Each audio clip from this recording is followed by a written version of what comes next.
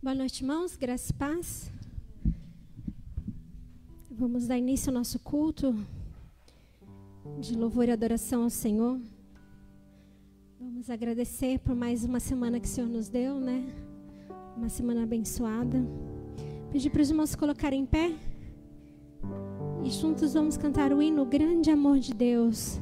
Exultai, exultai, vinde todos louvar a Jesus Salvador, a Jesus Redentor. A Ele realmente toda a honra e toda a glória. Amém?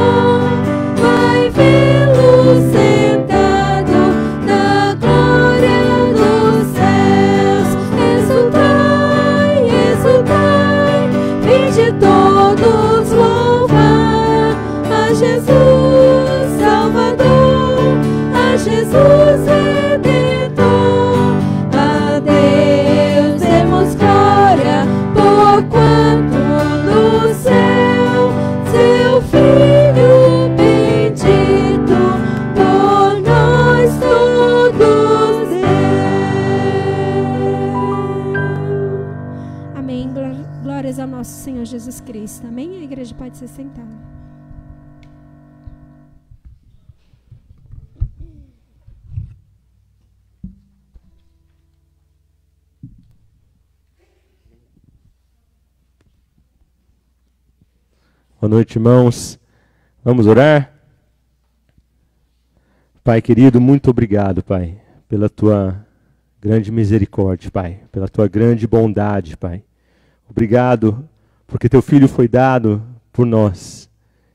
E obrigado, Senhor, porque o Senhor é maravilhoso, Pai. O Senhor, desde o princípio, Pai, pelo Teu grande propósito, Senhor, planejou entregar o Teu Filho na cruz, Pai, para que nós tivéssemos vida, Senhor. Muito obrigado por isso, Pai. Que nós possamos olhar, Pai, a Teus grandes feitos, Senhor, e nós possamos agir, Pai, de acordo com o Teu propósito, Pai, para que nós possamos ver a tua bondade, Pai, e experimentar a tua vontade, Pai. Muito obrigado por tudo isso, Pai. Obrigado porque o Senhor tem nos chamado, Pai. Abre os nossos olhos para que nós possamos ver o teu perfeito propósito em Jesus Cristo, Pai, em nome de Jesus. Amém, Senhor. Queria convidar os irmãos a abrirem suas Bíblias em Salmo capítulo 34, e nós vamos fazer uma leitura.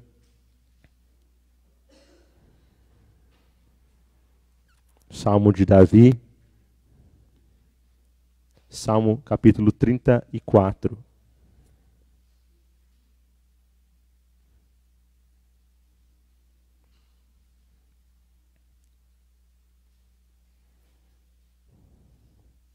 Diz assim a palavra de Deus: bendirei o Senhor em todo o tempo, o seu louvor estará sempre nos meus lábios.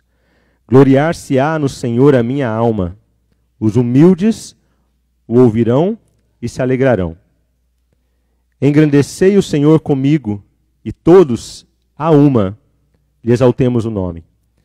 Busquei o Senhor e ele me acolheu, livrou-me de todos os meus temores. Contemplai-o e sereis iluminados, e o vosso rosto jamais sofrerá vexame. Clamou este aflito, e o Senhor o ouviu e o livrou de todas as suas tribulações. O anjo do Senhor acampa-se ao redor dos que o temem e os livra. Ó, provai e vede que o Senhor é bom. Bem-aventurado o homem que nele se refugia.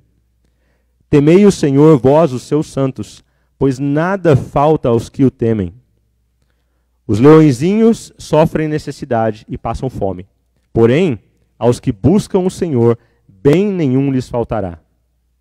Vinde, filhos, escutai-me, e vos ensinarei o temor do Senhor. Quem é o homem que ama a vida e quer longevidade para ver o bem? Refreia a língua do mal e os lábios de falarem dolosamente, com maldade. Aparta-te do mal e pratica o que é bom, e procura paz e empenha-te por alcançá-la. Os olhos do Senhor repousam sobre os justos, e os seus ouvidos estão abertos ao seu clamor. O rosto do Senhor está contra os que praticam o mal, para lhes extirpar da terra a memória. Clamam os justos, e o Senhor os escuta e os livra de todas as suas tribulações. Perto está o Senhor dos que têm o coração quebrantado, e salva os de espírito oprimido. Muitas são as aflições do justo, mas o Senhor de todas o livra. Preserva-lhe todos os ossos, nenhum deles sequer será quebrado. O infortúnio ou a calamidade matará o ímpio, e os que odeiam o justo serão condenados. O Senhor resgata a alma dos seus servos, e dos que nele confiam, nenhum será condenado. Amém? Essa é a promessa do nosso Deus em Cristo Jesus. Se você pudesse colocar de pé novamente, nós vamos continuar cantando ao Senhor.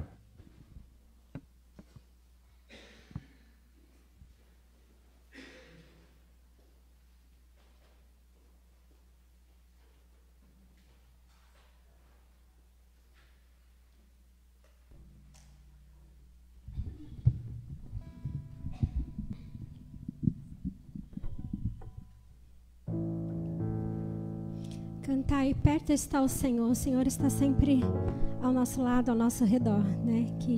E Deus habita no meio dos louvores, que essa noite possamos juntos cantar e exaltar o nome desse Deus maravilhoso, desse Deus grandioso. Então louve ao Senhor com todo o seu coração, entregue a Ele essa noite todas as suas aflições, as suas angústias, que Ele possa está agindo com providência sobre as suas necessidades e as nossas dificuldades também. Amém?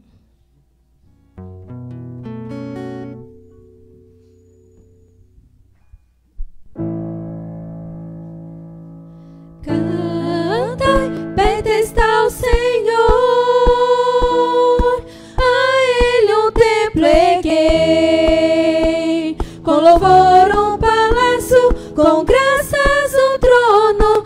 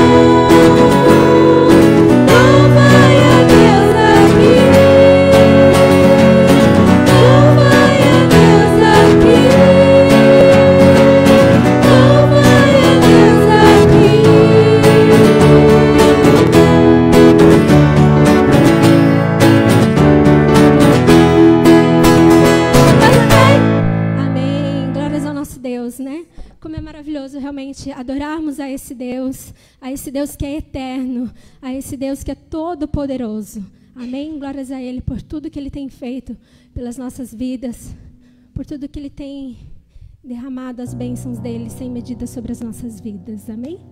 E agora também os irmãos têm a oportunidade de estar trazendo aqui na frente os seus dízimos e as suas ofertas. Amém? E essa música diz: perto quero estar, Senhor, junto aos teus pés, pois prazer maior não há que me render e te adorar. E que realmente possamos estar sempre nos rendendo aos pés do Senhor Jesus, porque não existe coisa melhor do que nós estarmos lado a lado com o nosso Senhor Jesus Cristo. Amém?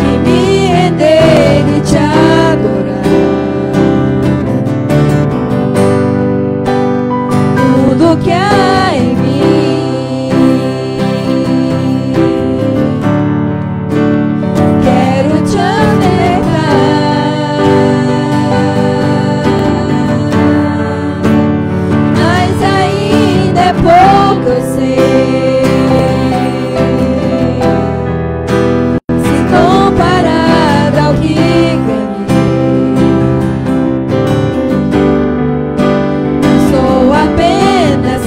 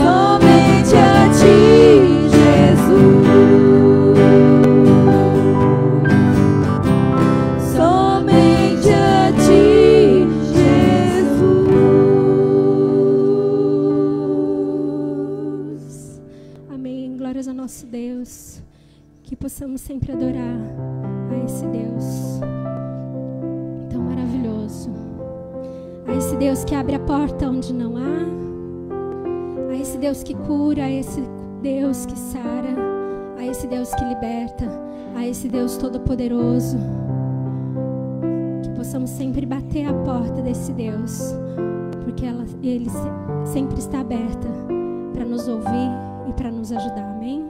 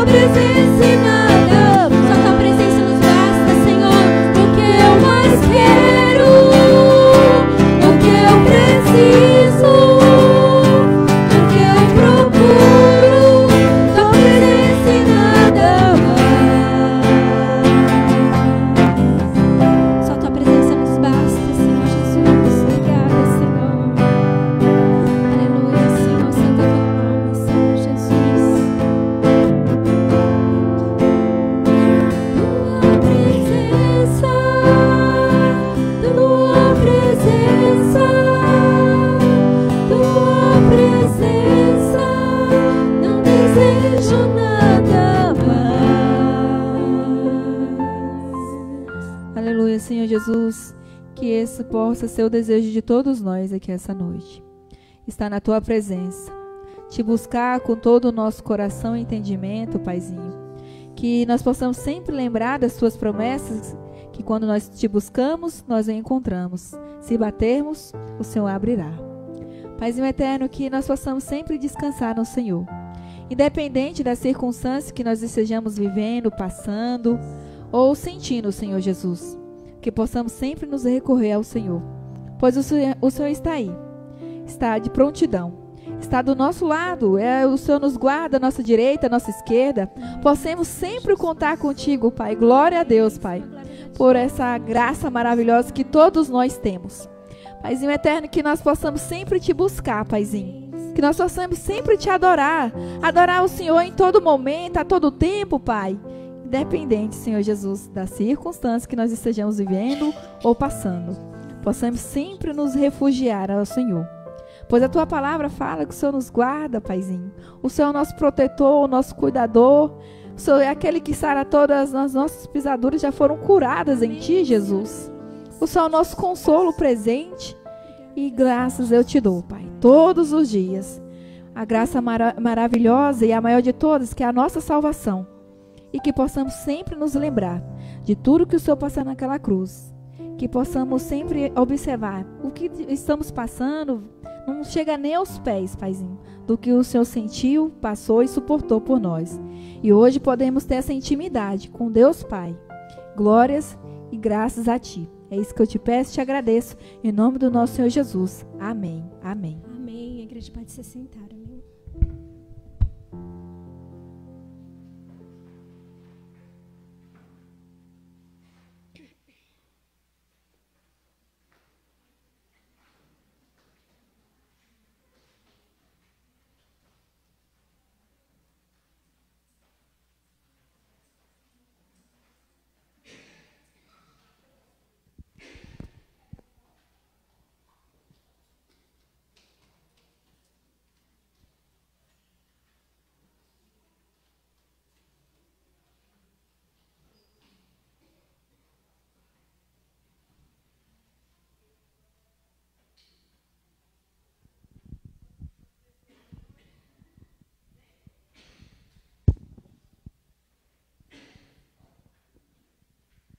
Irmãos, as crianças estão indo para suas salas e nós temos percebido algumas coisas interessantes com as crianças. E nós temos estado atentos para também trabalhar junto com as professoras. E é interessante a gente perceber que hoje a gente tem bastante do conceito cristão até dentro das escolas. E quando nas escolas a gente trabalha algumas coisas como princípios para as crianças e a gente começa a trabalhar com elas o que significa a obediência, o que significa a mentira, a verdade, e a gente insere essas coisas no conteúdo ali do currículo. Mas uma coisa que nós temos percebido é que isso não é suficiente para provocar uma mudança de comportamento nas crianças. Porque aquilo que é necessário para Deus trabalhar em qualquer uma pessoa é que exista ali um coração preparado para receber a palavra de Deus. Então a gente pode muito trabalhar com aquilo que nós chamamos de teoria do comportamento, que são coisas apenas externas, mas enquanto o coração não for transformado, não haverá nenhuma mudança. Então nós vemos aqui mesmo com as professoras, nós temos revistas muito boas, mas se nós não estivermos percebendo que aqueles comportamentos estão acontecendo dentro de casa, na escola, por causa de um coração que precisa ser transformado, a gente não vai chegar muito longe. Então o desafio nosso tem sido esse, de olhar para aquelas crianças que estão ali, olhar para os nossos próprios filhos, e Deus tem me despertado muito para conversar e observar essas coisas nos meus filhos, e muitas vezes eu vejo aquele coraçãozinho mal produzindo os seus efeitos. E eu consigo ver que muitas vezes na escola que se diz cristã, ou que segue o material cristão, eles recebem informação, mas ali naquele mesmo local, nós temos percebido atitudes de desprezo em relação aos amigos, atitude de mentira, atitude de engano, e a gente se pergunta, por que isso está acontecendo? Se meu filho está recebendo toda essa carga de teoria. E aquilo que acontece com as crianças é o mesmo que acontece com a gente. Por causa do nosso mau coração. Essas atitudes estão ali e elas só vão sair dali quando Jesus iniciar uma transformação nas nossas vidas. Então, da mesma forma que com as crianças, nós temos percebido isso. E eu queria orar com vocês nesse sentido, que assim como elas, nós, adultos, nós entendamos que eu preciso,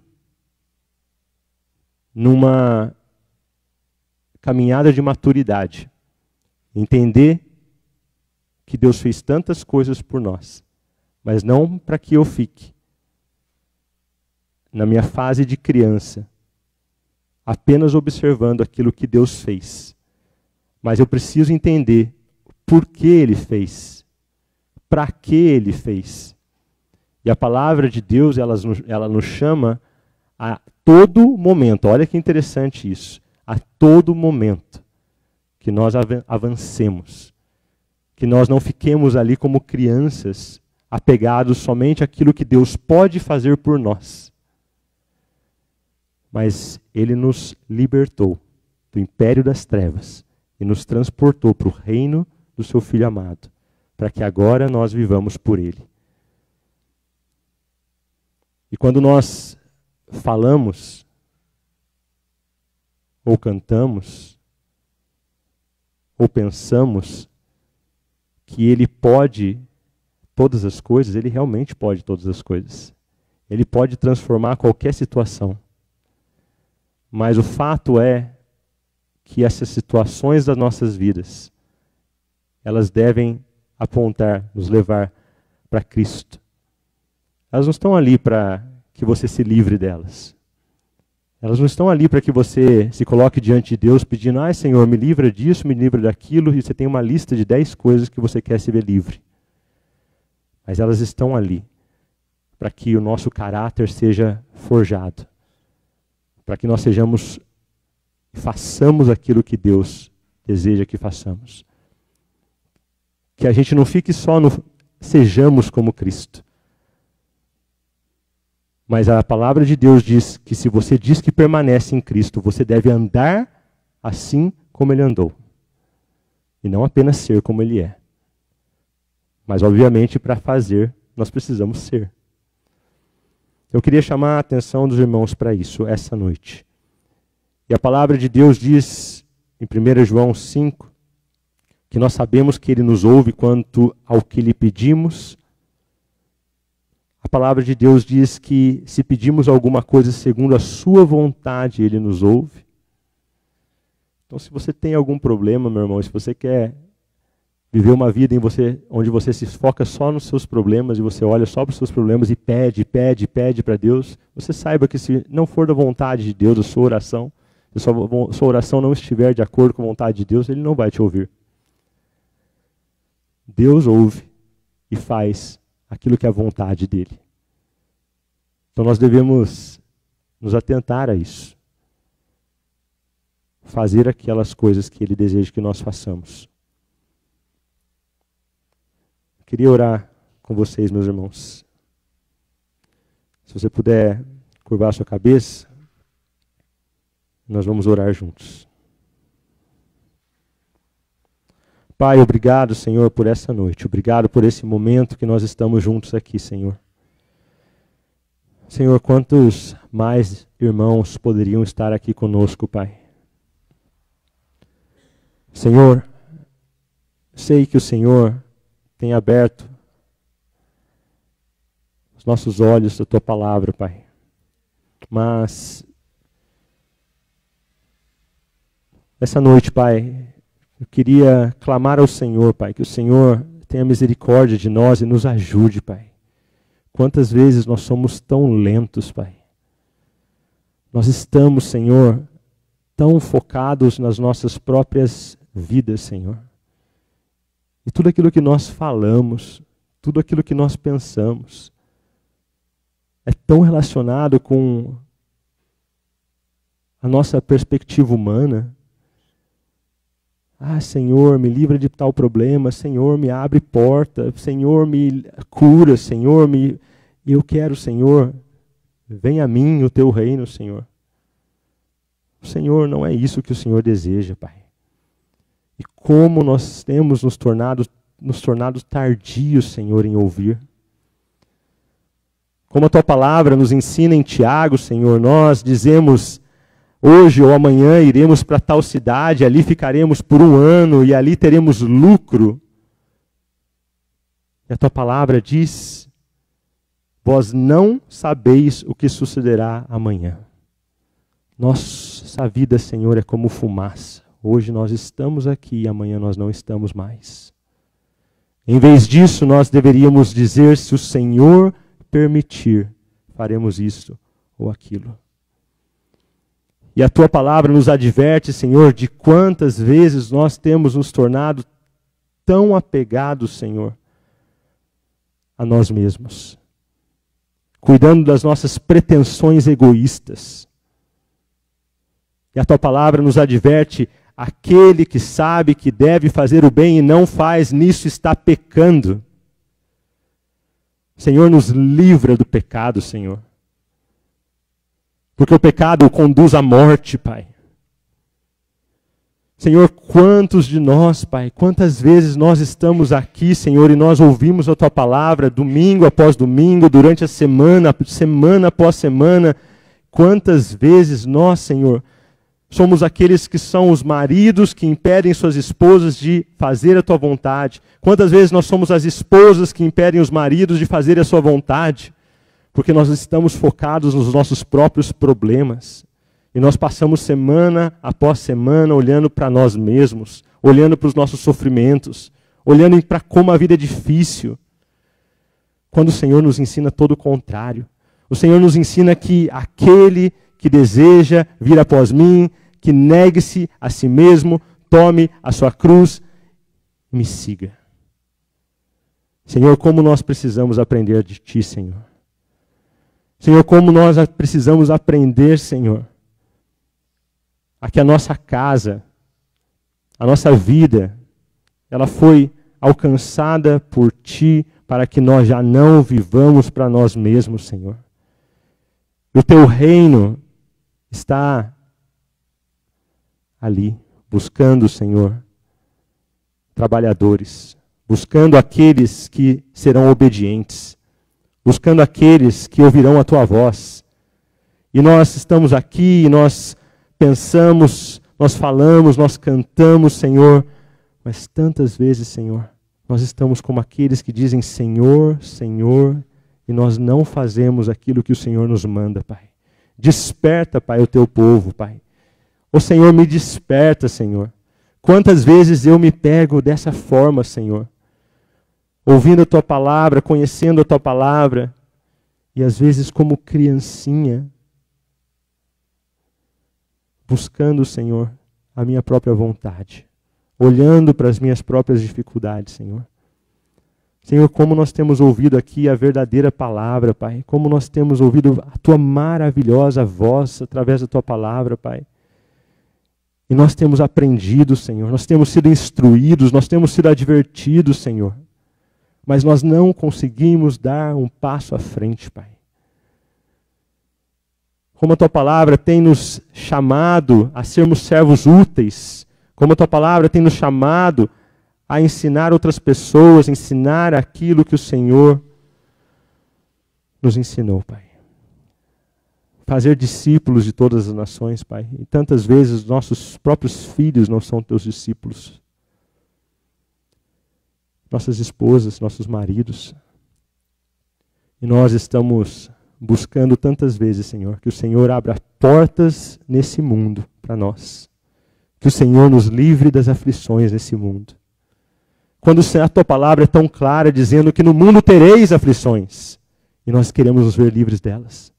Quando a tua palavra nos diz, não ajunteis tesouros nesse mundo, e nós queremos que o Senhor abra portas nesse mundo para nós, Pai. Oh, Pai, como nós somos falhos, Pai. Perdoa as nossas ofensas, Pai. Perdoa os nossos pecados, Pai. Nos faz maduros, Pai. Nos faz crescer em Senhor, Pai. Que nós possamos ver essa igreja viva, Senhor. Seguindo e obedecendo a Tua palavra, Pai. Pregando a Tua palavra no sentido de que o Senhor ouvirá a nossa voz quando nós formos obedientes ao Senhor, Pai. Aquilo que nós acabamos de cantar, Pai, quem pede, recebe, Senhor. Quem busca, acha. Mas quem busca, acha. Quem pede, recebe, Senhor. Apenas quando nós formos obedientes ao Senhor, Pai. O Senhor não tem nada, Senhor, a ver com aqueles que buscam seus próprios interesses, Pai. O Senhor não tem nada, o Senhor não tem nenhuma relação com aqueles que pedem apenas para os seus próprios interesses.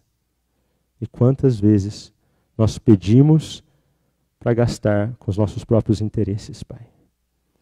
Quantas vezes nós estamos fazendo coisas que o Senhor não nos pediu que fizéssemos, ainda que sejam relacionadas à Tua palavra.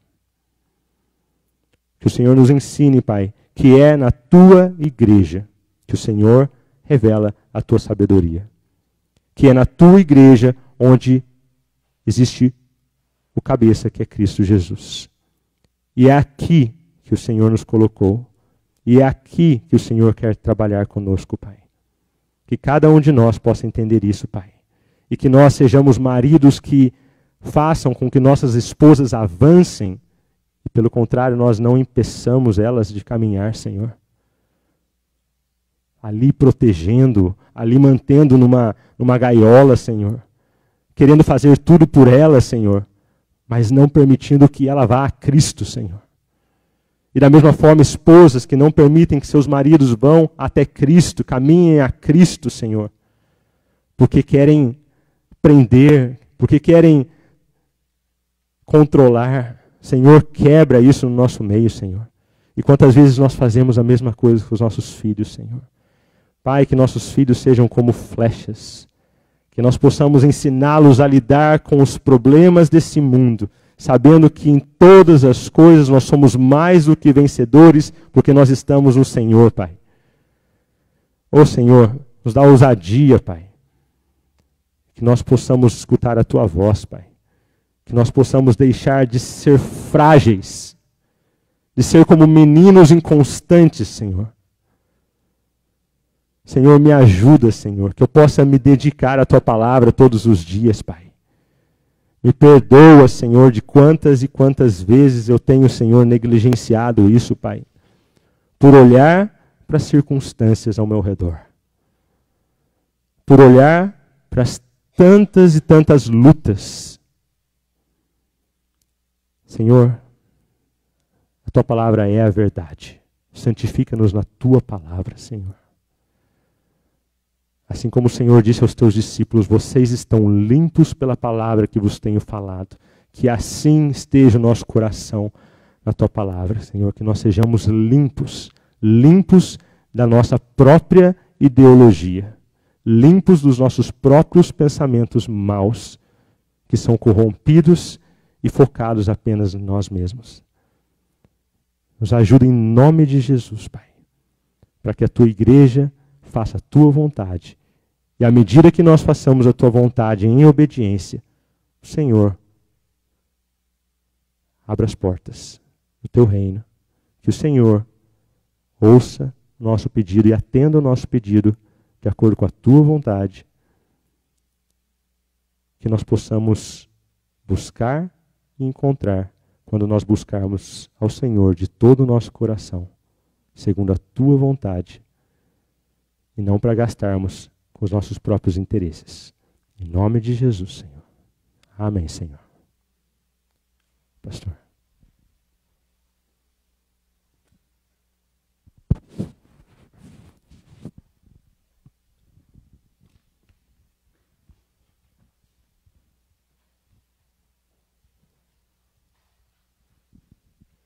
Boa noite, igreja. Saúdo a todos com a graça e a paz do Senhor. Amém? Convido vocês a abrirem suas Bíblias em Atos, capítulo 9.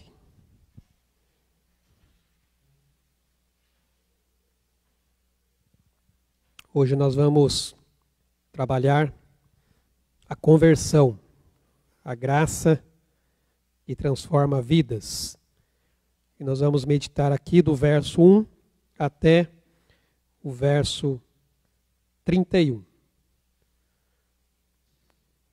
Diz a palavra: Saulo, respirando ainda ameaças e morte contra os discípulos do Senhor, dirigiu-se ao sumo sacerdote e lhe pediu cartas para as sinagogas de Damasco, a fim de que, caso achasse alguns que eram do caminho, assim homens como mulheres, os levasse presos para Jerusalém.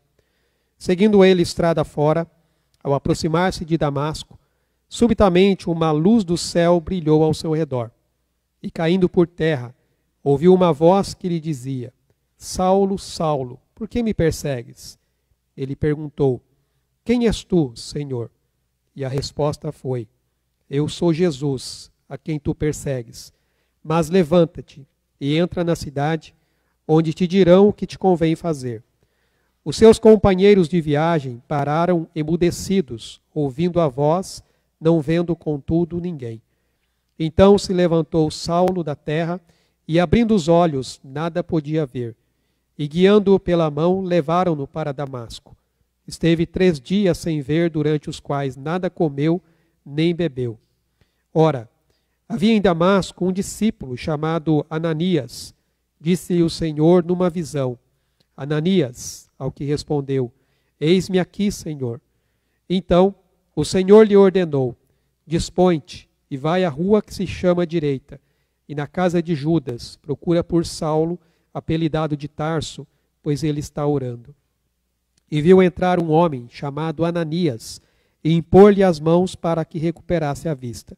Ananias, porém, respondeu: Senhor, de muitos tenho ouvido a respeito desse homem, quantos males tem feito aos teus santos em Jerusalém.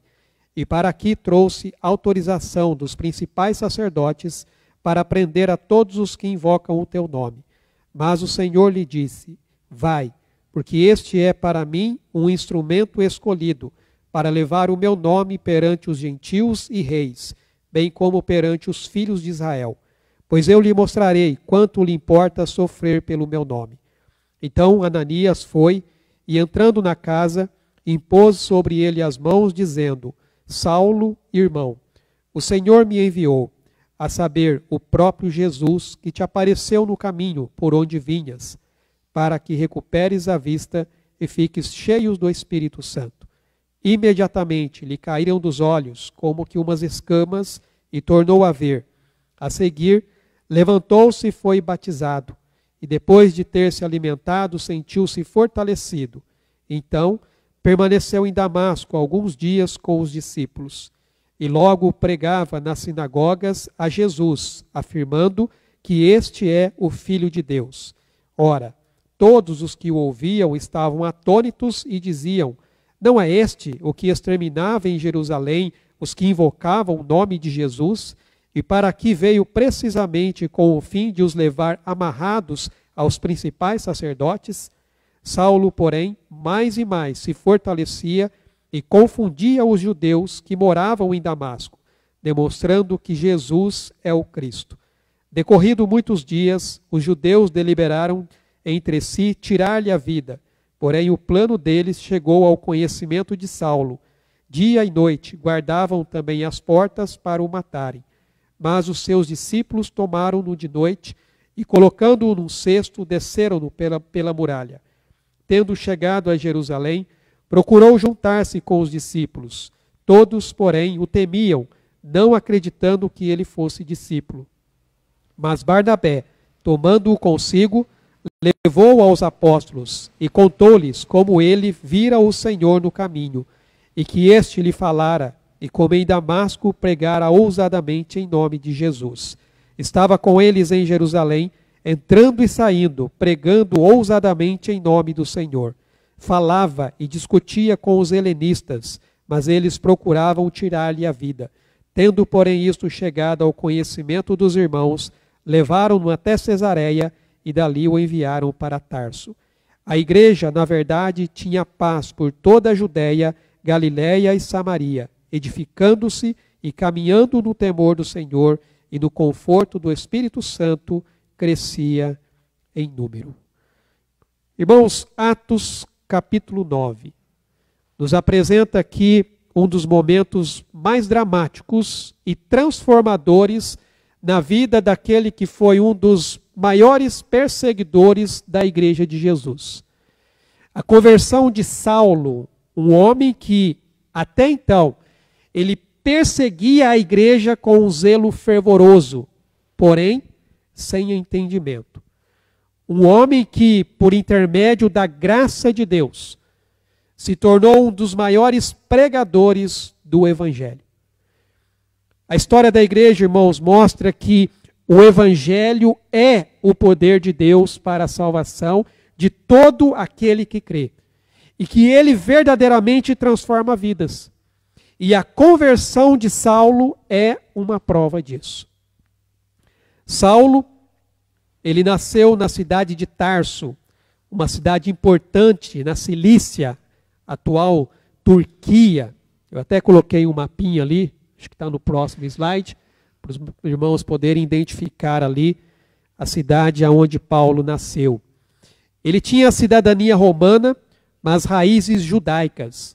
Era um fariseu que foi ensinado aos pés de Gamaliel. Lembre-se que Gamaliel foi um importante rabino daquela época. Ele foi um forte perseguidor dos cristãos.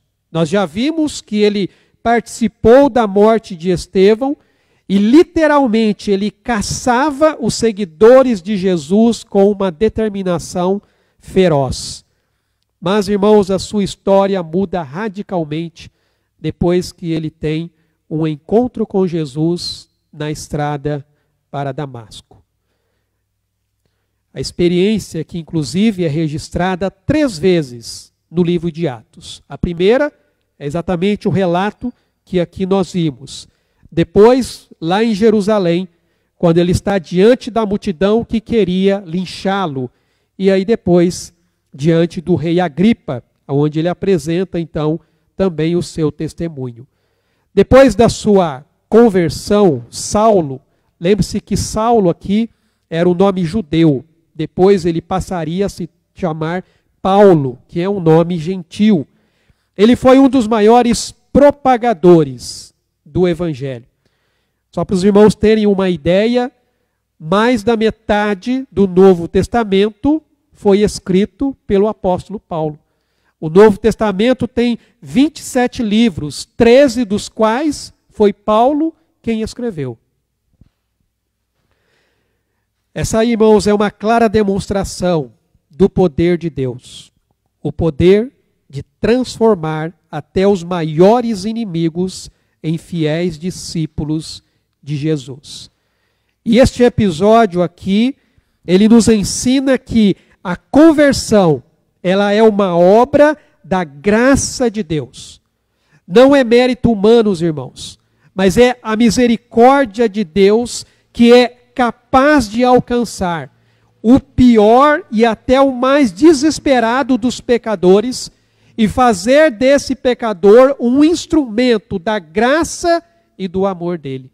O próprio apóstolo Paulo, ele reconhece isso quando ele escreve a sua carta a Timóteo, 1 Timóteo, capítulo 1,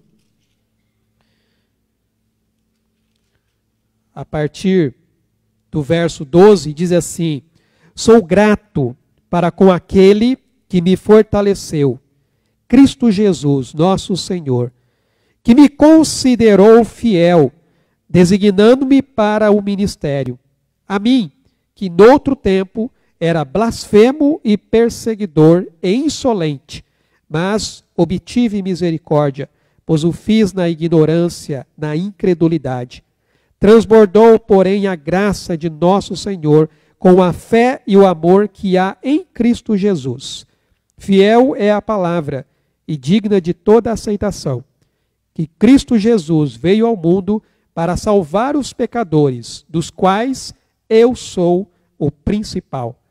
Mas por esta mesma razão me foi concedida misericórdia, para que em mim o principal evidenciasse Jesus Cristo, a sua completa longanimidade, e servisse eu de modelo a quantos hão de crer nele para a vida eterna.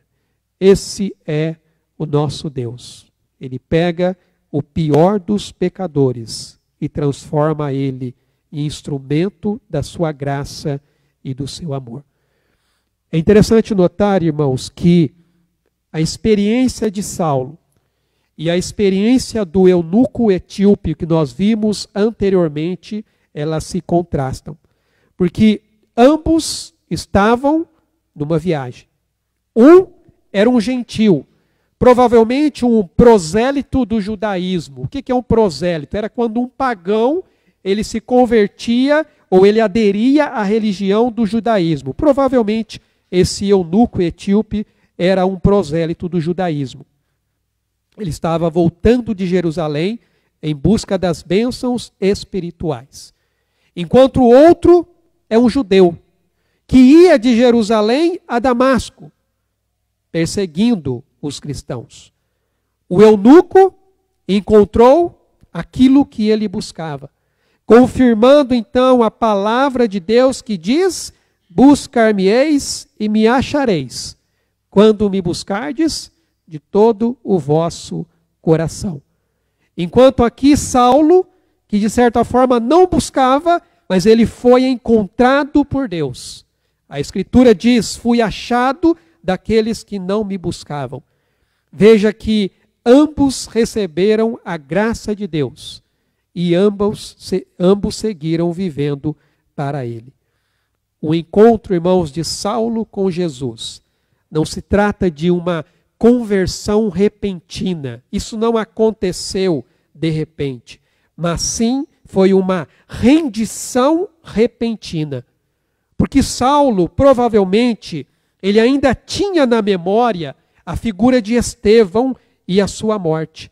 Lembre-se que, enquanto Estevão estava sendo apedrejado, Saulo era quem segurava as vestes daquele que o apedrejavam. Talvez isso o levasse a se perguntar: como alguém pode morrer assim? E aí, talvez para silenciar essa dúvida, ele se lançou numa ação violenta. Isso mostra, irmãos, que muitas vezes, quando alguém duvida da retidão de uma ação, ele tenta se convencer de que está certo, reforçando o seu esforço em tentar desacreditar aquilo que lhe contraria. Ou seja, ele vai tentar fazer exatamente o contrário, porque ele sabe que, embora aquilo seja certo, mas contraria o que ele pensa. E foi exatamente o que ele fez ao perseguir os cristãos em Jerusalém. Só que isso só aumentava ainda mais as suas dúvidas. Porque o questionamento ele ainda permanecia. Por que essas pessoas enfrentavam perigo e sofrimento com tanta coragem? O que os fazia morrerem por essa causa? Em Atos 26, é onde ele conta o testemunho dele diante do rei Agripa, e ele nos dá algumas informações a mais, que não está aqui no capítulo 9. Atos 26, verso 14, diz assim: e caindo todos nós por terra, ouvi uma voz que me falava em língua hebraica: Saulo, Saulo, por que me persegues? Dura coisa é recalcitrares contra os aguilhões. No primeiro relato, nós não vemos essa parte que fala que dura coisa é recalcitrares contra os aguilhões. Só para os irmãos terem uma ideia, um aguilhão, ele era um instrumento pontiagudo que era utilizado para guiar e controlar os animais, principalmente os bois, quando eles estavam arando a terra. Só que havia alguns bois que eram meio teimosos, eram rebeldes, e eles costumavam dar coices. Então esse aguilhão era um instrumento pontiagudo que era colocado, que quando esse animal desse um coice, aquilo machucava, aquilo feria. E quanto mais ele dava esse coice, mais isso o machucava, mais isso o feria. O que Jesus está dizendo para Paulo é exatamente isso. Essa resistência obstinada pela dureza do coração e a dificuldade em aceitar a orientação, a correção de Deus. Quanto mais Paulo lutava contra isso, mais ele se feria, mais ele se machucava. Então nós vemos aqui, irmãos, que quanto mais ele se aprofundava na violência, mais ele se envolvia na luta, chegando a se apresentar com ainda mais determinação diante do Sinédrio.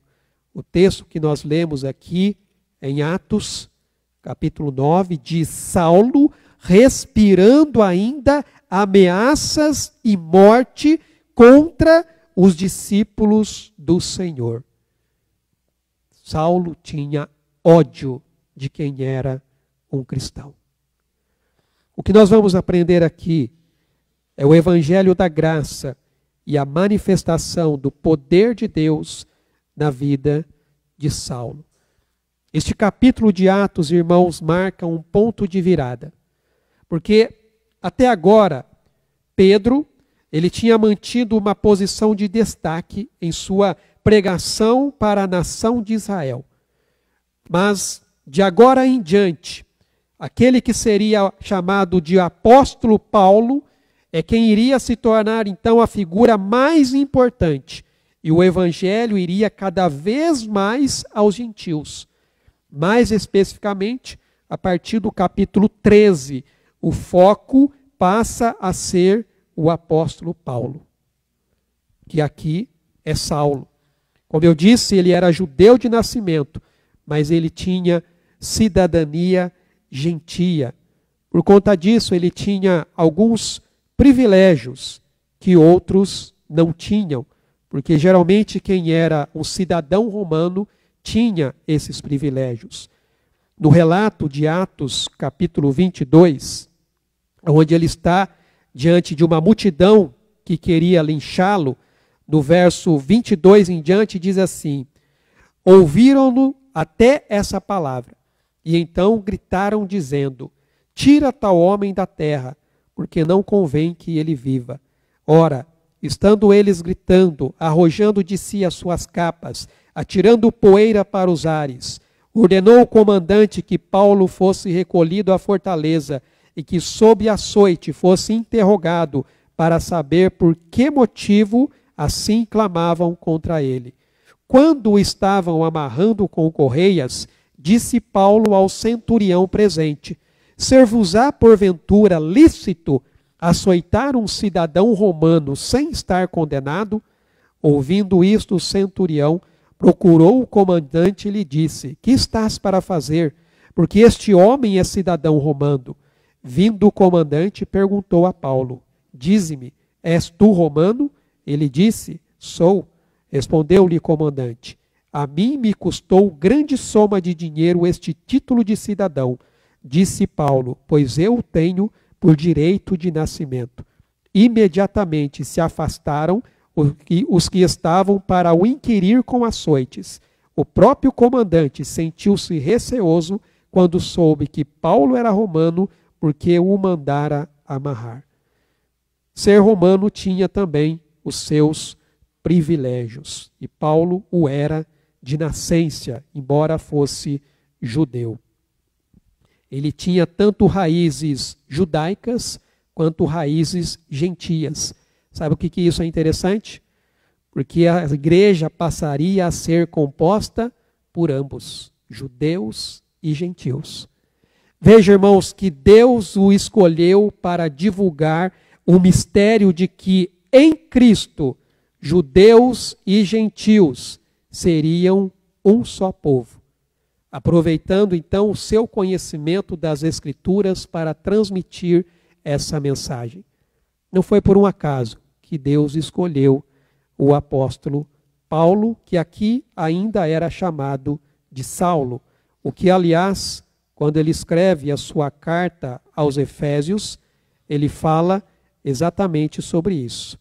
Efésios, capítulo 3, diz assim: pois segundo uma revelação me foi dado conhecer um mistério, conforme escrevi há pouco resumidamente, pelo que quando ledes podeis compreender o meu discernimento do mistério de Cristo, o qual em outras gerações não foi dado a conhecer aos filhos dos homens, como agora foi revelado aos seus santos apóstolos e profetas no Espírito, a saber que os gentios são co-herdeiros, membros do mesmo corpo e coparticipantes da promessa em Cristo Jesus por meio do Evangelho, do qual fui constituído ministro, conforme o dom da graça de Deus a mim concedida, segundo a força operante de seu poder.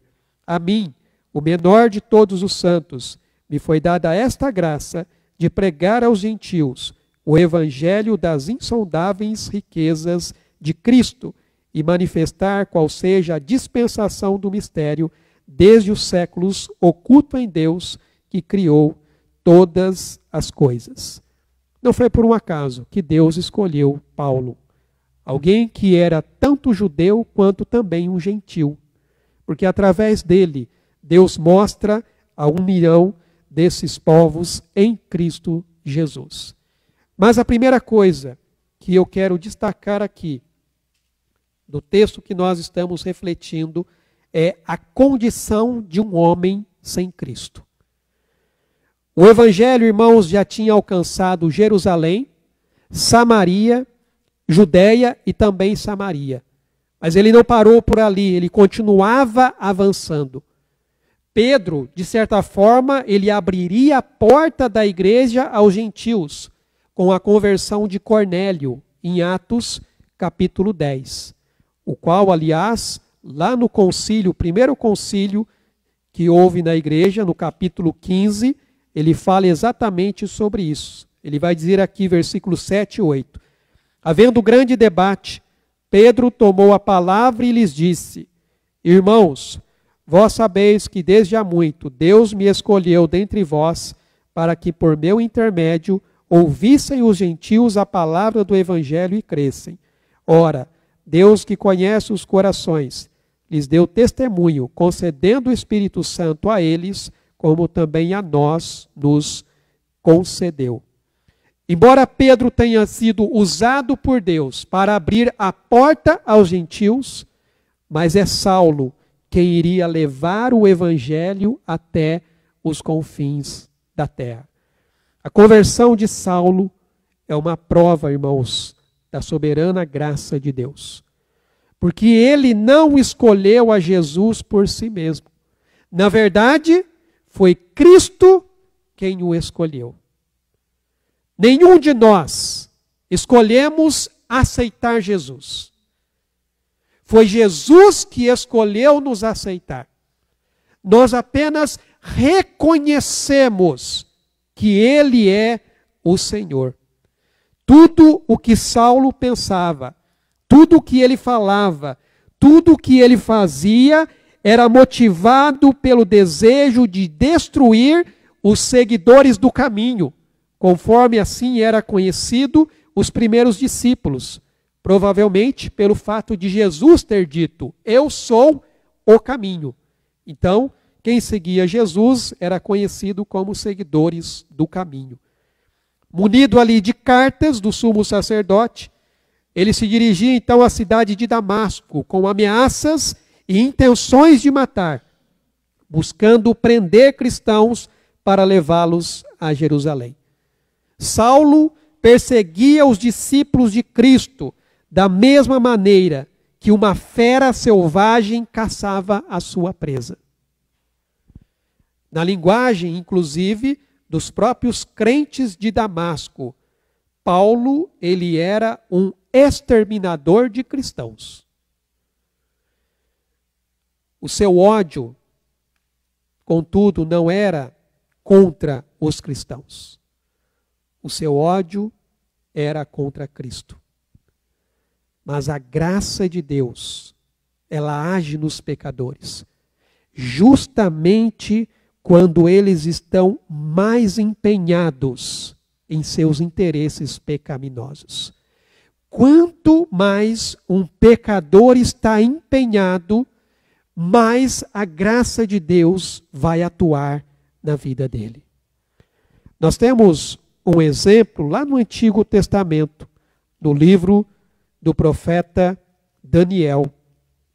Daniel, capítulo 4, nós temos a história de Nabucodonosor, um rei ímpio, o qual foi alertado pelo próprio Daniel diante de um sonho que ele havia tido.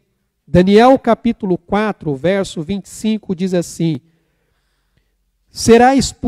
24 e 25 diz assim, esta é a interpretação, ó rei, e este é o decreto do Altíssimo, que virá contra o rei meu senhor, serás expulso de entre os homens, e a tua morada será com os animais do campo, e dar-te-ão a comer ervas como aos bois, e serás molhado do orvalho do céu, e passar-se-ão 7 tempos por cima de ti, até que conheças que o Altíssimo tem domínio sobre o reino dos homens e o dá a quem quer. Depois, no verso 32, diz assim, serás expulso de entre os homens, e a tua morada será com os animais do campo, e far-te-ão comer ervas como os bois, e passar-se-ão 7 tempos por cima de ti, até que aprendas que o Altíssimo tem domínio sobre o reino dos homens, e o dá a quem quer. Verso 34, mas, ao fim daqueles dias, eu, Nabucodonosor, levantei os olhos aos céus, tornou-me a vir o entendimento, e eu bendisse o Altíssimo, e louvei, e glorifiquei ao que vive para sempre, cujo domínio é sempre eterno, e cujo reino é de geração em geração. Verso 37, agora, pois eu, Nabucodonosor, louvo, exalto e glorifico ao Rei do céu, porque todas as suas obras são verdadeiras, e os seus caminhos justos, e pode humilhar aos que andam na soberba. Nabucodonosor havia sido avisado pelo profeta Daniel, por causa de um sonho que o havia incomodado. Mas mesmo assim, ele começou a se orgulhar das suas conquistas. E foi exatamente nesse tempo que Deus o fez viver como uma fera do campo. Quanto mais um pecador está afundado no pecado, maior é a graça de Deus sobre a vida dele. A condição de Saulo era de completa oposição a Deus. Um homem, irmãos, que a despeito da sua religiosidade, ele estava perdido nos seus pecados. Ele estava cego no seu entendimento. Lembre-se, Saulo era um fariseu zeloso. E ele achava que estava fazendo a vontade de Deus ao perseguir a igreja. Só que, na realidade, ele estava completamente enganado. E este ponto é que nos leva a uma reflexão. Muitos hoje, da mesma forma como Saulo, eles vivem sob a ilusão de que estão fazendo bem, defendendo as suas convicções religiosas, só que, na verdade, eles estão longe de Deus. Muitos são como Saulo. Acham que estão fazendo aquilo que é certo, mas estão longe do Senhor. Irmãos, como pecadores, nós não estamos apenas feridos. A palavra é muito clara. Ela diz que nós estamos mortos em nossos delitos e pecados. E nós precisamos não somente de fortalecimento, nós precisamos não somente de auxílio. O que nós precisamos é de uma ressurreição, Precisamos de uma libertação plena, uma libertação completa. Porque a condição do homem sem Cristo é de escravidão e de morte. Quando Paulo escreve a carta aos Efésios, ele fala exatamente isso. Ele vos deu vida, estando vós mortos nos vossos delitos e pecados, nos quais andastes outrora, segundo o curso deste mundo, segundo o príncipe da potestade do ar, do espírito que agora atua nos filhos da desobediência, entre os quais também todos nós andamos outrora, segundo as inclinações da nossa carne, fazendo a vontade da carne e dos pensamentos, e éramos por natureza filhos da ira, como também os demais. Não pense você que só porque você não faz mal para ninguém, só porque você segue a sua religião, você está salvo. Isso não faz de você um salvo. Faz de você um religioso convencido. Todos estão mortos em seus delitos e pecados sem Cristo. Porque a nossa religião, os nossos esforços ou a nossa moralidade, nada disso, irmãos, pode nos salvar.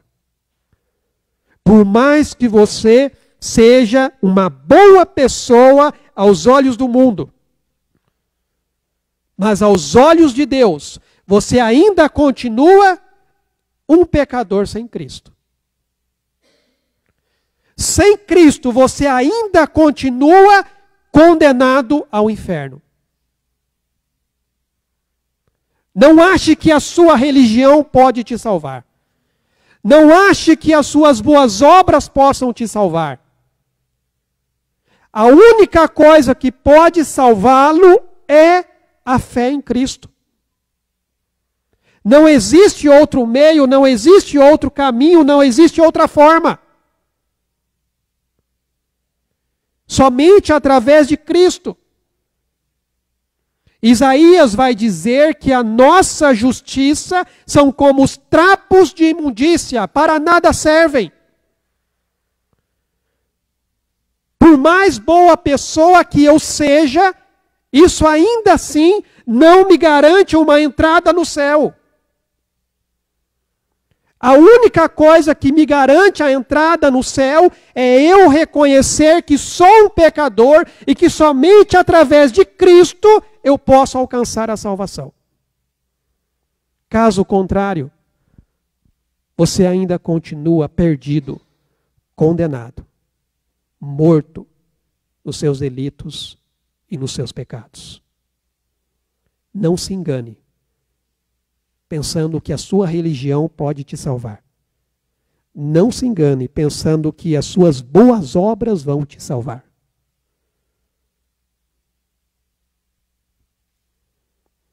Sem Cristo, estamos perdidos, cegos e somos inimigos de Deus. E aqui temos a primeira aplicação para nós, irmãos. Examine o seu coração. Se você está confiando nas suas próprias obras ou nos seus privilégios religiosos para ser salvo, então você está na mesma condição de cegueira espiritual que Saulo se encontrava. Nós precisamos reconhecer nossa necessidade da graça de Deus. Nós precisamos, irmãos, de uma intervenção divina que nos liberte dessa condição de morte. Porque sem isso, nós ainda continuamos perdidos. Saulo era um homem que, apesar da sua religião, apesar da sua devoção, ele estava perdido sem Cristo. E aqui vem a segunda lição para nós. A intervenção soberana de Deus na conversão e na escolha dos seus. Veja que Saulo ele partiu com cartas do Sinédrio e um grupo de guardas do templo rumo a Damasco para combater os cristãos. Damasco, irmãos, distava a cerca de 240 quilômetros de Jerusalém. Por isso que levaria cerca de uma semana de viagem de cavalo, que era provavelmente a forma como eles estavam indo. E a narrativa aqui, ela avança para um momento crucial na vida de Saulo. Porque enquanto ele estava a caminho, uma luz resplandeceu ao redor dele. No relato, se eu não me engano, lá em Atos 26, vai dizer que por volta do meio-dia. Irmãos, ao meio-dia o sol já é escaldante, o brilho já é intenso. Mas a luz que apareceu ali, ela era muito mais forte do que o sol do meio-dia.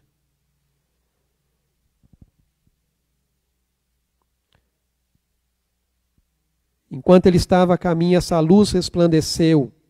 E uma voz então lhe disse: Saulo, Saulo, por que me persegues? E ele então, confrontado com o aparecimento da glória de Cristo, o perseguidor dos cristãos, literalmente caiu do cavalo.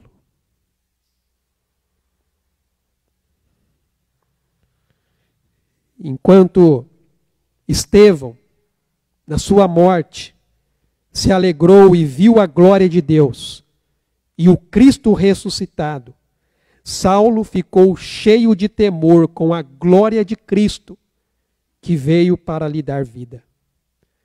E a pergunta, irmãos, que Jesus faz para ele, mostra que Cristo está unido à sua igreja. Porque quando Saulo pensava estar perseguindo os cristãos, na verdade, ele estava perseguindo o próprio Cristo. Ele estava atacando o próprio Cristo. E ele foi confrontado com a gravidade dos seus crimes contra Jesus. Irmãos, aqueles que rejeitam Jesus, mesmo sem persegui-lo, também estão longe dele. E essa rejeição é o maior pecado. O maior pecado que alguém pode cometer é rejeitar a salvação em Cristo Jesus. Em Mateus, capítulo 12,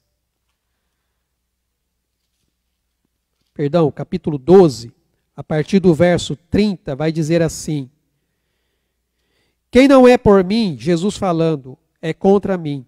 Quem comigo não ajunta, espalha. Por isso vos declaro, todo pecado e blasfêmia serão perdoados aos homens, mas a blasfêmia contra o Espírito Santo não será perdoada. Se alguém proferir alguma palavra contra o Filho do Homem, ser-lhe-á isso perdoado. Mas se alguém falar contra o Espírito Santo, não lhe será isso perdoado, nem neste mundo e nem no porvir. E João, lá na sua carta, 1 João, capítulo 5, ele também fala a respeito disso. 1 João, capítulo 5, versículo 16 a 20, vai dizer assim: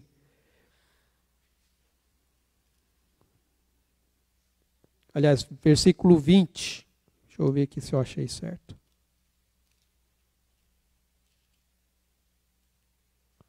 É isso mesmo. Se alguém vir a seu irmão cometer pecado não para a morte, pedirá e Deus lhe dará vida. Aos que não pecam para a morte, há pecado para a morte. E por esse digo que não ore. Toda injustiça é pecado, e há pecado não para a morte. Sabemos que todo aquele que é nascido de Deus não vive em pecado. Antes, aquele que nasceu de Deus o guarda, e o maligno não lhe toca. Sabemos que somos de Deus e que o mundo inteiro jaz no maligno. Também sabemos que o Filho de Deus é vindo e nos tem dado entendimento para reconhecermos o verdadeiro. E estamos no verdadeiro, em seu Filho Jesus Cristo. Este é o verdadeiro Deus e a vida eterna. Irmãos, o pecado que é para a morte é o pecado da blasfêmia contra o Espírito Santo. É o pecado da incredulidade. Aquele que não crê e rejeita a salvação, esse é condenado. Não há salvação para ele. Se ele rejeita a salvação, ele não aceita, não há salvação. A salvação verdadeira envolve reconhecer esse pecado, porque é ele que separa o homem de Deus. Saulo conhecia a fé cristã e ele a odiava. Mas ao encontrar Jesus, ele foi convencido da verdade e ele percebeu a gravidade dos seus atos. Ele percebeu o que ele estava fazendo. Este relato, irmãos, mais uma vez, mostra a soberania de Deus na salvação. Porque a conversão não é uma iniciativa do homem. A conversão é uma obra de Deus que escolhe e chama o pecador para si. Não é o homem que vai em busca de Deus. É Deus quem vai em busca do homem. Você foi salvo não porque você estava buscando Deus, mas porque Deus já te buscou primeiro. João fala isso no seu evangelho. Ninguém pode vir a mim se o Pai que me enviou não o trouxer, e eu o ressuscitarei no último dia. Nesse momento, a resistência de Saulo foi completamente derrubada. Seu coração, que antes estava endurecido, encontrou salvação através da fé. Nada, irmãos, pode produzir fé verdadeira, senão o poder que tem, aquele que tem o poder de criar um novo coração. Davi, quando cometeu o seu pecado com Batseba, no Salmo 51, ele ora dizendo: cria em mim, ó Deus, um novo coração. A palavra criar ali é a mesma palavra que é utilizada em Gênesis capítulo 1, quando Deus criou o mundo. Irmãos, criar um novo coração é algo que só Deus pode fazer. Só Deus pode transformar um coração pecaminoso num coração regenerado, num coração transformado. A autenticidade da conversão de Saulo torna-se imediatamente evidente. Porque o ensino claro da Bíblia é que Jesus é o Senhor, independentemente de como as pessoas vão responder a isso. Não importa o que as pessoas falem sobre Jesus, Ele continua sendo o Senhor.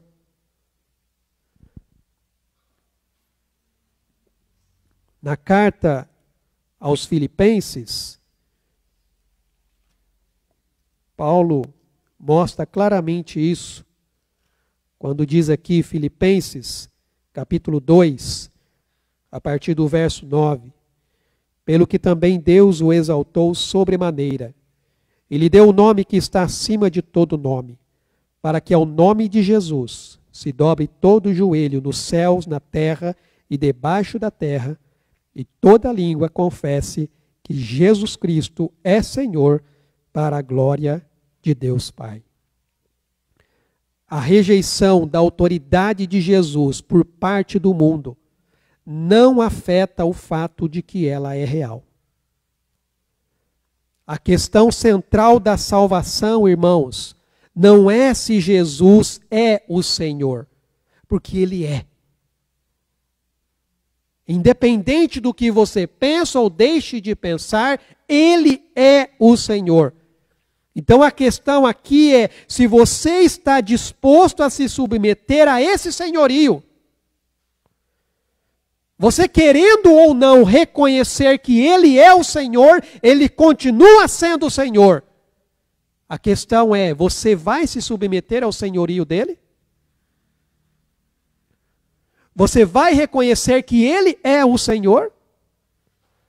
Porque mesmo que você não faça isso em vida, no dia do grande juízo, todos serão obrigados, até mesmo aqueles que o rejeitaram, a se ajoelhar e dizer: Jesus Cristo é o Senhor.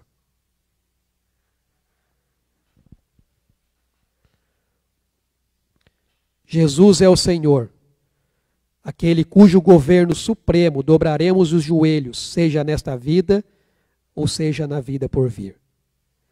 Desde o momento da conversão de Saulo até o final da sua vida, ele foi alguém que reconheceu e viveu sob a autoridade de Jesus.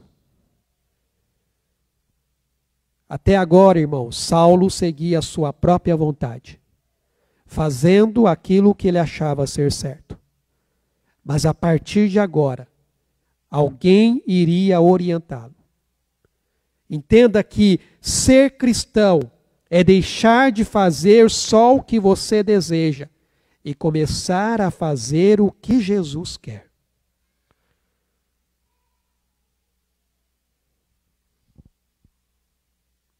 Deus, na sua misericórdia, enviou um homem para Saulo, um homem chamado Ananias, para orar por ele.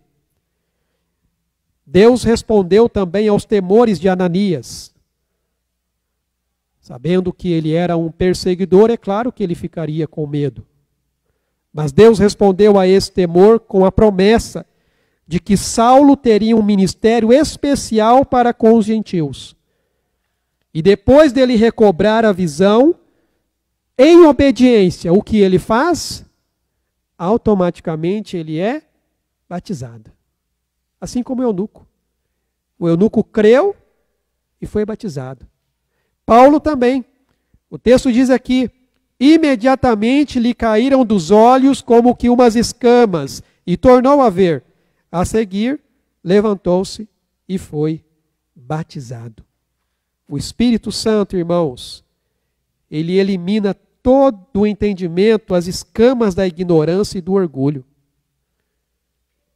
Então o pecador, ele passa a ser uma nova criatura e a dedicar a sua vida ao seu Salvador, a Cristo, o Filho de Deus. E a aplicação que nós temos aqui é que a graça de Deus, ela é irresistível e ela é eficaz para transformar vidas.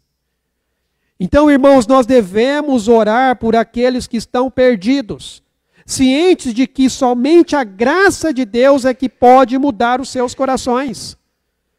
Não há esperança, irmãos, na força humana, mas a misericórdia soberana de Deus é que transforma. Devemos confiar na obra do Espírito Santo para converter corações endurecidos pelo pecado e pessoas cegas para a luz de Cristo.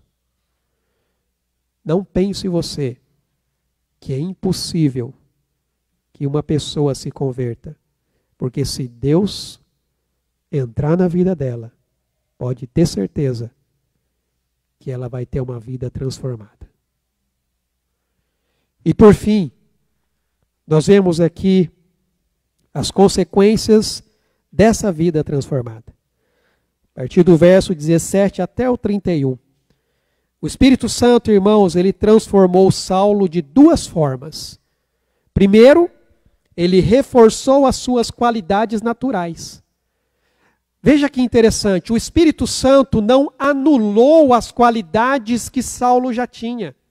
Muito pelo contrário, ele utilizou-se dessas qualidades como a força da sua vontade, a sua coragem, a sua inteligência, mas ele eliminou as características negativas, porque ele substituiu o ódio pelo amor, a agressividade pela paz, a dureza pela gentileza, pela mansidão, o orgulho pela humildade. Saulo passou a se unir às mesmas pessoas que um dia ele tinha odiado e perseguido. Olha que interessante, irmãos, o que Deus pode fazer. O texto aqui no verso 19 diz assim: depois de ter se alimentado, sentiu-se fortalecido Então permaneceu em Damasco alguns dias com os discípulos, os mesmos que ele foi lá para aprender. Nas próprias sinagogas para a qual ele tinha vindo com mandados de prisão, Saulo começou a proclamar Jesus. E o conteúdo da mensagem dele, irmão, sabe qual é? Jesus é o Filho de Deus. Versículo 20 diz: e logo pregava nas sinagogas a Jesus, afirmando que este é o Filho de Deus. A vida dele foi radicalmente mudada.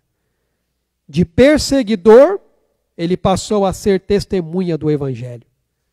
Aquele que era o defensor mais zeloso do judaísmo, agora iria se tornar o evangelista mais zeloso para o cristianismo. A sua conversão trouxe não apenas mudança de comportamento, mas trouxe uma transformação no seu coração. Uma transformação, irmãos, que se manifestou na coragem de proclamar a Cristo, mesmo diante das perseguições. Porque aqui no verso 21 diz assim: ora, todos os que o ouviam estavam atônitos e diziam: não é este o que exterminava em Jerusalém os que invocavam o nome de Jesus? E para aqui veio precisamente com o fim de os levar amarrados aos principais sacerdotes? Saulo, porém, mais e mais se fortalecia e confundia os judeus que moravam em Damasco, demonstrando que Jesus é o Cristo. Veja que aqueles que eram seus inimigos, agora se tornaram seus amigos. Enquanto que aqueles que eram seus amigos se transformaram nos seus inimigos. Aqui no versículo 23 diz: decorrido muitos dias, os judeus deliberavam entre si tirar-lhe a vida. Porém, o plano de Deus chegou ao conhecimento de Saulo. Dia e noite guardavam também as portas para o matarem. Mas os seus discípulos tomaram-no de noite e colocaram-no num cesto, desceram pela muralha. Veja que interessante, irmãos. Aqueles que eram seus inimigos tornam-se seus amigos. E o que eram seus amigos tornam-se seus inimigos. Quando você entrega a sua vida para Jesus, pode ter certeza que muitas pessoas que se diziam ser amigos podem se voltar contra você.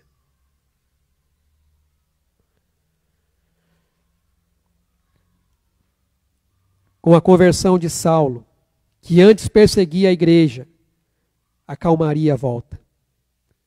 Lucas vai resumir aqui que a igreja ela crescia por toda a Judéia, Galiléia e Samaria, vivendo em paz, com temor e no conforto do Espírito Santo. Não havia mais a perseguição extrema, porque o grande inimigo agora se tornou o amigo de Deus. Além de tudo isso, irmãos, Deus mexeu com a política, porque ele substituiu o governador Pôncio Pilatos por Herodes Agripa, o que limitou as ações dos judeus contra os cristãos. E claro que isso trouxe um alívio temporário para a igreja. E a igreja então foi fortalecida. E a obra de Deus, o que aconteceu com ela? Ela continuou avançando. Ela continuou crescendo. Porque as portas do inferno não prevalecerão contra a igreja de Jesus. A conversão de Saulo, irmãos, nos ensina que nenhuma pessoa está além do alcance da graça de Deus. Porque onde abundou o pecado, superabundou a graça de Deus. A graça, irmãos, ela é suficiente para salvar até o maior inimigo, transformando no melhor amigo e servo de Jesus Cristo. E o que nós aprendemos com isso? a nossa resposta à graça de Deus deve ser de gratidão e obediência. Assim como Saulo, nós somos chamados a viver uma vida que testemunha a transformação de Cristo em nós. E além do mais, irmãos, nós somos convidados a compartilhar dessa graça com outros, confiantes de que Deus é poderoso para salvar os perdidos, até mesmo aquele que nós consideramos como o pior dos pecadores. Irmãos, Atos capítulo 9 revela para nós a essência do Evangelho. A graça que salva, a graça que transforma e a graça que envia. Saulo, perseguidor, tornou-se um servo dedicado, porque Deus, na sua misericórdia, o alcançou com a sua graça. E isso nos lembra, irmãos, que nenhum pecado é maior do que a misericórdia de Deus. E que a obra que Ele começa, Ele termina. Aquele que começou a boa obra em vós, há de terminá-la até o dia de Cristo Jesus. Irmãos, que essa mensagem nos encoraje a confiar nessa graça de Deus. A graça que salva, ela não apenas nos salvou, mas ela tem a capacidade de salvar outros que estão ao nosso redor. Que não percamos de vista, irmãos, que Deus é aquele que realmente pode transformar corações endurecidos e pecadores cegos em pessoas com um coração sensível, que têm os seus olhos abertos pela verdade da palavra de Deus. E que da mesma forma como Saulo, nós possamos ser testemunhas fiéis dessa graça que nos alcançou, proclamando que Jesus Cristo é o Senhor. Que realmente possamos, irmãos, ser uma igreja que proclame esse Cristo Salvador, que pela graça te alcançou, nos alcançou, e quer alcançar muitas outras vidas que estão perdidas, mas que também precisam de Jesus. Vamos orar? Pai amado, nós te louvamos e bendizemos ao Senhor pela palavra. Palavra do Senhor que é fiel, bendita e verdadeira. Palavra, ó Deus, que vem de encontro ao nosso coração. Assim como o Senhor, ó Deus, transformou a vida de Saulo. Assim como o Senhor o encontrou, ó Pai, naquela estrada, quando ele alimentava no seu coração um ódio, ó Pai, terrível, por aqueles, ó Deus, que são os seus seguidores. Mas no fundo, ele estava lutando contra o Senhor.